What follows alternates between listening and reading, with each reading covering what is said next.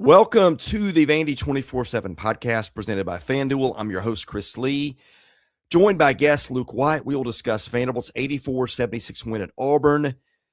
We'll take your mailbag of questions. We might touch baseball for a second or two, depending on time. We got about 30 minutes today. Before we get into the show, reminder, our title sponsor for 2026 is Sylvan Park Ventures, a Nashville-based investment firm partnering with entrepreneurial companies and real estate opportunities through thoughtful growth capital and long-term relationships. Find out more at sylvanparkventures.com. Basketball season is presented by the Wash House. Commodore fans, don't let your weekends stuck doing laundry derail you when you could be watching the Doors at the Wash House Laundry Center. We've got your back with our brand new pickup and delivery service. We'll pick it up, wash it, fold it, drop it back off, fresh, clean, and game day ready. Perfect for busy students, fans, and Nashville families on the go. Schedule your pickup now at washhouseclean.com and anchor down with the Wash House Laundry Center. Baseball season presented by Scott Pettis Realty. Looking to buy or sell a home in Middle Tennessee? Trust Scott Pettis and Scott Pettis Realty. Vanderbilt graduate class of 2008 and a Nashville native with 18 years of real estate experience. Scott's deep roots and personal connections across the city give clients a true edge. Whether you're buying your first home, selling your luxury property, or looking for that next investment, from starter homes to teardowns to million-dollar listings, Scott's done it all. He personally guides each client through each step of the buying or selling process. No teams, no handoffs, no shortcuts. With the 2006 housing market shifting to a more balanced market, now's the time to act. Get an experienced agent in your corner. Meet Scott at Scott Pettis, pettus.com, and let Scott get to work for you. Thank you to all our sponsors of this show. Luke Wyatt, thanks for joining us. Where would you like to get started, sir? Yeah, well, love to talk about last night's win. They needed it desperately after what happened last week against Oklahoma. That was a not a scheduled loss, and it was a tough thing to watch. I know you were there, and there was no excuse for the way that game went. You get the one at Arkansas. You're probably not going to win that game anyway, even though you shouldn't have played the way you did there. That one Saturday, that's one you have to win. They came in on a 9-game losing streak, so they had to win last night to erase that. I think you were about as upset as I've ever heard you after a game, after the Oklahoma game. Yeah. To boy, you thought they were ready to mail it in. Yeah, I did. I thought, wait a minute, this doesn't look like it. This looks like all of a sudden something's infested the locker room, which I was at, and I'm glad I was. But I sat there and beside my wife at the game, and they're all getting excited. We were making the run in the last 5 minutes, and I'm like, I'm not getting this. I'm so ticked at this team right now, and I know Coach Byington's mad at him and mad at himself because that there's no excuse for that at home. Yeah, Mark is really good about telling you, like he lays it out pretty well. He and Coach Corbin are very honest. They pretty much let you know that they don't give you coach speak all the time. I thought last night, to be honest, if I'd made a prediction, I would have picked Auburn. I just thought that was a bad spot coming out of that game. I thought Auburn was an awful matchup. It was on the road. So to me, seeing them going in and win that game was a big step in the right direction. Well, and the way they won it, too, is exciting because we got points from our bigs. Jalen Washington played the best game he's played at Vanderbilt. Devin had a great first half. He continues to get – I'll have to say this. There's always guys that get labeled as a certain type of player. He gets more fouls called on him. Oh, man. It's crazy. A lot of them, are legitimate, but some of them aren't. He got thrown to the floor last night twice and no calls against the other. I don't know whether it's the way Dev carries himself or communicates with the officials, but he does not get the whistle.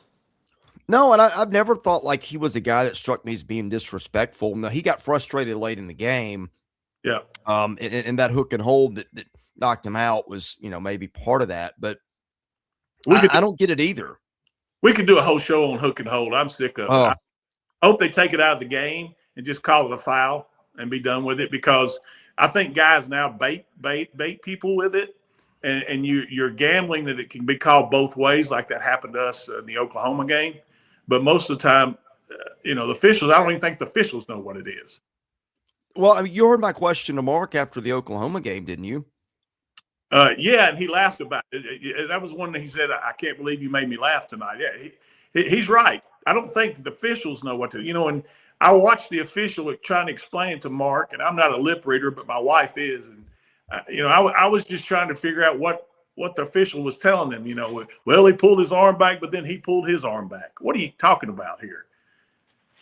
Yeah, well, I just wanted to hear it because I watch and I have no idea. Like, is it just me? But it's not just me. No, it's not. It's such a gray area. It's so subjective, and when they go to the board and look at it, it just depends whose eyes are on that board. It really does. I mean, I'm looking at the box score from last night, and if I don't tell you anything else other than this, Auburn shoots 41% from three and 78% from the line, and Vanderbilt's going to lose McLaughlin, Washington, and James to fouls, and Miles and Collins aren't going to play. I'm like, I'm thinking the chances of winning that game are slim to none. Yeah, 20-point loss. Yeah. Here's something that I don't understand what teams aren't doing, and you can help me with this. When we get ready to play A&M Saturday, we're going to see more pressure than we've seen all year with the Bucky ball stuff. Mm-hmm. With us only having one ball handler, so to speak, right now, unless Duke plays Saturday, I don't know why teams haven't been pressing us. Yeah. I mean, the one thing I could figure is Tanner's so good at handling the ball. He is, but if you press us for, he plays 37 to 39 minutes. Uh-huh. And as slight as he's built, and a lot of times the officials, depending on which crew you get, they let them mug the kid. You're gonna turn it over. I don't care how good you are. Yeah, I mean, I don't know either. He's been remarkable. I mean, last night McLaughlin and Washington carried them in the first half, and then second half it's just like, all right, keep filing Tyler Tanner and let him hit free throws, and that's how they win the game. He is so good at also seeing the court. He went to the basket several times and made a couple of big ones, missed a couple, but that kid, late in the game, you feel confident. If you've got a lead, you feel really confident having Tyler Tanner on your team. Yeah. Chandler Bing was big for them last night too. Big. That's all we got out of the bench, pretty much. James was fouled out, didn't contribute much. Tyler Harris didn't get much run, missed the only shot he took, or two shots he took. But we've got to get, if we want to get where this team is able to get to, which is Elite Eight, in my opinion, then Duke, Miles, or Frankie, or both have to return pretty soon. Do you think they get, and I'm probably asking you a dumb question because you probably don't have any more idea than I do. Do you think they get Miles back? Because Byington said at the Oklahoma game, we might get Miles back within the week. Well, it was interesting that he didn't make the trip. And that's good because I think what you're doing is you're leaving him off his back home where he can get all the treatment he needs that he couldn't get when he was on the road. He wouldn't do you any good around a hotel room. I like that. So to me, that tells me we see Miles Saturday. Well, and am I making this up? Don't like sometimes when you have like a knee issue or something, does a flight like exacerbate issues or swelling, of course. Yeah. Yeah, I wondered about that too. So, I mean, like you get Duke Miles back. I mean, maybe you get Collins, maybe you don't. Who knows at this point? But like, I feel like now, if they're out there and they're engaged, they can beat a lot of teams. Just about anybody if they get Miles back. And Mark alluded to this last night. We've reinvented ourselves like 3 times. Yeah. We were running like, look at this team against Alabama and Florida, the way they played, and then look how we had to play against Mississippi State and Oklahoma. Totally different type approaches. Yeah, and I don't know. Go ahead. Sorry. I'm sorry. The defense, except for the Oklahoma game, has been great for the last 5 games. Yeah. They're it just, man, I wish they could get everybody back and play the way they played because they were so much fun to watch when they just went. They were. And now it's like work the ball. It feels like they're trying to get inside of 10 seconds every possession. Yeah, we got to shorten the game. On the shot clock, that is. So, anything else on this, or you just want to hit the mailbag and go from there? Let's go with the mailbag since we're short on time today. Okay. The mailbag is presented by Sutherland and Belk, a family-owned injury law firm. If you or a loved one has been hurt in an accident, give Taylor or Russell a call, 615-846-6200. See what your rights are and if they can help. Guest line, on which Luke Wyatt appears, is presented by friend of the show, John Levin and Womble Bond Dickinson. All right, the questions from the mailbag. And by the way, you can submit them in the chat too if you're watching. I think I'm going to do men's basketball questions first. Nate Linseth, what is Vanderbilt's ceiling in the NCAA tournament? Well, if we get one or two of those guards back, I think Elite Eight, and if not, still Sweet 16. Yeah. I think give them Miles and don't put a Florida in their bracket. They could win a lot of games, and they still beat Florida. Yeah, I mean, look, we've played Florida probably as good as anybody, except for I guess who was it beat them early in the year? They lost a couple early. A few teams. Yeah. Steve VU98, why can't Okereke and McLaughlin stay out of foul trouble? Well, I just talked about Devin. I think he's got a rep for some reason. There's certain guys that officials just seem to look for fouls on. I don't know if it's certain officials. I haven't done a deep dive into it, but he seems to get in foul trouble just about every game, and some of them aren't fouls. Now, Okereke, I think that's just kind of the last two games really with him. He's done a pretty good job otherwise. He's just had some tough luck the last two games. I don't think that will continue. He was guarding Keyshawn Hall part of the time, wasn't he? Yes, he was. We didn't talk about that, and I probably should have given that more run and should have paid more attention because Hall had been averaging 21 a game, had 5 straight games of 20 or more, and he can go for 30, 35. Well, he draws a ton of fouls. I think that was probably part of AK's problem last night. Well, I'll tell you something else that helped us, and I don't know, it was after he got the technical, when Hall got the technical, he sat for a long time.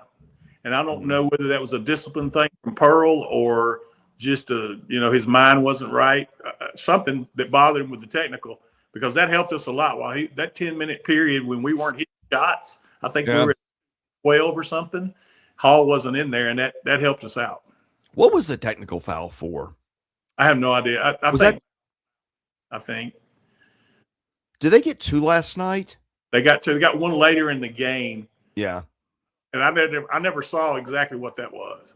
Yeah, I didn't even remember the first one, to be honest. But okay. Let's see, anything else on basketball? Some of these are kind of overlaps. Let's see.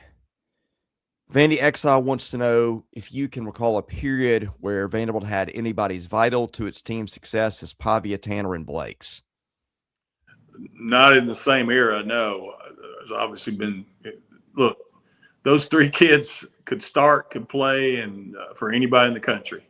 And I hope Vanderbilt fans appreciate it because it doesn't come around that often. I mean, I don't think Tanner's going to be like National Player of the Year. There's too many good freshmen. Right. I guess I don't follow women's hoops. It sounds like Blake's could. And then Pavia won one of the National Player of the Year awards, right? Right. Here's the thing. Pavia and Blake's are very similar in the fact that without them, where would their team be? Yeah. And Blake's at Vanderbilt, Blake's has single-handedly taken over games and won them in the fourth quarter for them. Yeah. Well, Tyler Tanner's been doing that too. So. Okay. Steve VU98. Should we be concerned about Vanderbilt basketball, NIL, and the ability to keep Mark Byington long term? Concerned. I'm gonna use the wait and see. But if we don't get what we need at third party money, yeah, we should be concerned because no coach as good as Mark Byington is going to stick around unless he has full support of that athletic department allowing the third party money because everybody else is doing it. Look. We beat a $22 million roster by 25 points a couple of weeks ago in Memorial Gym. And I guarantee you our team is nowhere near $22 million. Yeah. I mean, he's made great use of the portal. Absolutely. But, like, they're not getting – and this is really the case in any sport. They're not getting guys at, like everybody else wants for the most part. It's his coaching and his staff. You got to give them a ton of credit. And, there's ways to win without having to spend all those millions if you've got great coaches that work their butt off and do great evaluations. But, again, you've now got to pay those coaches more than you should pay them because they're doing a great job. Rick Ray, Buckland, Crimmins, all those guys, obviously they know what they're doing, and they're doing a great job identifying talent with Mark. Vandy fan 1233, how much money does the men's basketball team have to spend on players? Rev shares around $3 million a year. Do you think we have around $10 million altogether? I don't. No. We may have had that last year. I don't know. I don't think we're anywhere close to that right now. And then we better do it again, or all the goodwill of the last couple of years will go down the drain. I don't think anybody's making any effort outside of what Will is trying to do. Let me be. I don't know if this is devil's advocate or not, but let me talk to you about this, Chris. Why would they build the Huber Center, put all this money into men's basketball? And look, I've been to a bunch of places. That Huber Center is as nice as anything is. Okay, so why do you do that and then not fully support the program? I don't know. And look, you're not wrong about that. I'm saying more on an evidence-based thing. I mean, you're asking a hypothetical. I'm saying, okay, we're other than what Will is doing, what is being done? And those are separate issues, right? You can commit to programs in multiple ways. And I'm not going to argue with any of that, but this is just a separate issue. Right. And that's the thing. If they don't let third-party money get it, and maybe, who knows, maybe it's happening and we don't know it. Yeah. And I hope that's the case, whatever. But, look, and I'll do this. Let me say this, and this is a little bit off subject, but let's take Michaela Blake's. She should be all over Nashville with commercials, billboards, everything for that kid. She didn't like Caitlin Clark had at Iowa. Why is that not the case? Or Tyler Tanner? Yeah. I mean, the kid's he's got a movie star face. Why don't you have that kid? I heard a quote with the girl. One of the girls said his hair was epic or something. The guy's a movie star. Why is he not all over? Well, and they're both extremely likable. Yes. Yeah. No, I think his hair was majestic. Majestic. I'll leave that one alone. Oh boy, where are we going next? I think some baseball stuff. Slim Chuck, what do you think about your time as a Vandy baseball fan? Who stands out as the best catchers, infielders, and outfielders? Best can also be the ones you most enjoyed watching. Are we gonna go through every position, or just a position player and a pitcher? Hey, I'm just giving you the question as it was asked. Okay, I'll go with. Okay, let's think first, just a second. David Price has to be the best pitcher. Has to be, in my opinion. Now Carson Fulmer, defensive. Oh, defensive. Defensive catchers, infielders, and outfielders. Okay, well, defensive pitcher would be Sonny Gray. Yep. Catcher, I don't know if you're going to agree with this or not, but Shea Robin was probably one of the best I ever saw behind the plate. They've had a lot of good ones. Jonathan Douliard was really good. Philip Clark. Yeah. Had a ton of them. First base would be, and he was also a catcher a lot, was Scotty Madison. Short, and then Dansby. Westlake was a great defender. He was. Hunter Bledsoe. Second base. Dansby when he played second, and then Dansby when he played short, I guess. Mm-hmm. Although Connor Kaiser was the best defensive shortstop they've ever had. Tremendous. Third base, I think we're going to see in the next year or two that we've got the best third baseman right now. Mm-hmm. Davis Diaz was very good at third. Yeah. And then the outfield, Enrique Bradfield, number one. They had a kid named V. Hightower. I don't know if you remember him. Mm-hmm. Played for the Cubs for a while, the Cubs organization. And then Tony Kemp. Yeah. Wiseman was really good in right. Mm-hmm. Connor Harrell. Connor Harrell. I mean, Reynolds in center was really good too. He's Sure. not going to be your center fielder, but I'd put him somewhere else. Another shortstop that a lot of folks don't remember is Joey Cora. Yeah, that was before my time too. But it's been a great selection of defenders. I mean, CJ Rodriguez was really good at catcher. I mean, all their catchers have been pretty good. Yeah, there was a kid named Cam Hazen, a local product from McGattick, who was tremendous. Yeah. I'm a little partial to dual yard, I guess. Yeah. Maybe because he runs my son's rec league. Yeah, that your vote don't count then.